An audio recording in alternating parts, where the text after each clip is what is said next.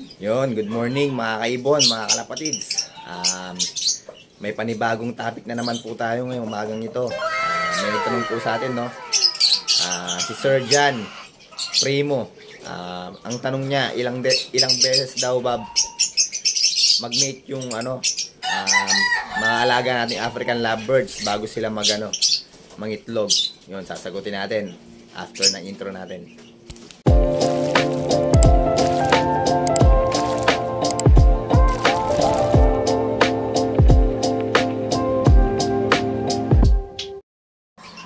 Shout out muna po tayo, no?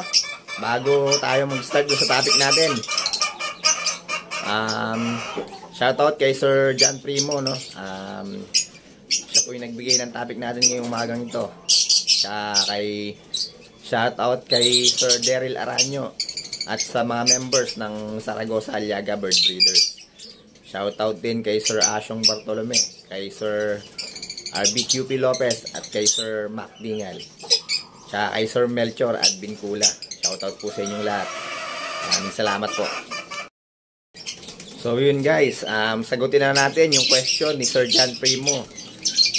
Ilang beses daw ba mag-mate yung African lovebirds bago mangitlog? Maingay yung manok natin, no? Malapit na mangitlog kasi yun.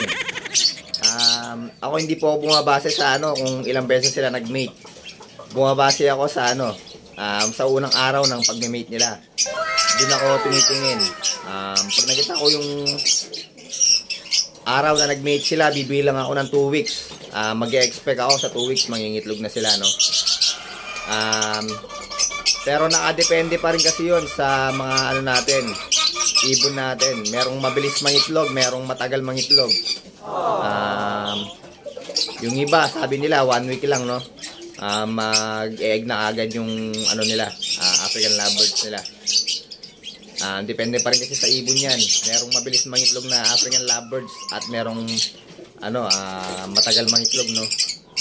Ako 2 weeks ako nag-expect kasi yun yung na-experience ko dito sa ibunan ko. Pag nakita nyo silang mag-mate guys, ihanda nyo na agad yung yung nest box, yung mga nesting material, kusot, sanga ng malunggay. Ihanda nyo na agad yun para mangitlog na agad sila, no? Kasi ang hindi nyo ihanda agad yun, nun, baka matagalan sila mangitlog. Napaka-importante ng mga nesting material, lalong-lalo na yung malunggay, no? Yung sanga ng malunggay. Kapag komportable na yung hen dun sa nest box, yun, mabilis na lang mangitlog nun, sigurado yung hen, no? Kaya dapat i-ready nyo na agad pag nakita nyo silang nag-mate ng unang pag-mate nila. Yun, ready nyo na agad yung mga nest box, pusot at saka yung sanga ng malunggay. So yun guys, no, sana nasagot natin yung katanungan ni Sir John Primo, no? Kung ilan beses nga ba mag-mate yung African lovebirds bago mangitlog.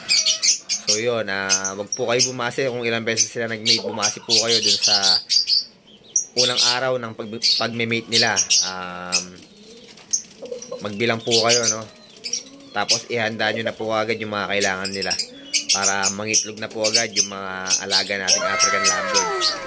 Pag matured na po yan, talagang mabilis lang mangitlog yung mga alaga nating African lovebirds, no?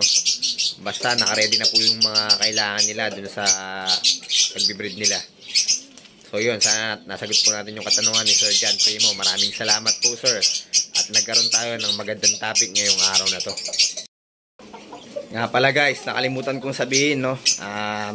Napaka-importante din pala sa mga malapit na mag-egg na African lovebirds yung cattle bone o kaya yung mineral block, no? Huwag niyo pong kalimutan na lagyan sila ng gano'n. Napaka-importante po nun. Kaya pag nakita nyo na sila nag-mate, no, dapat lagi kayong merong gano'n para mabilis sila mangitlog po. Pampabilis din mangitlog yung cattle bone o kaya mineral block. Kasi kung wala pong source of calcium na pagkukuhanan sila, no, mahirapan po mangitlog yung mga alaga nating African lovebirds. So yun guys, hanggang dito na lang yung vlog natin para ngayong araw na to, no. Maraming salamat kay Sir John Primo at nagkaroon tayo ng magandang topic ngayong araw. Ingat lagi mga kaibon, mga kalapatids. God bless po sa inyong lahat.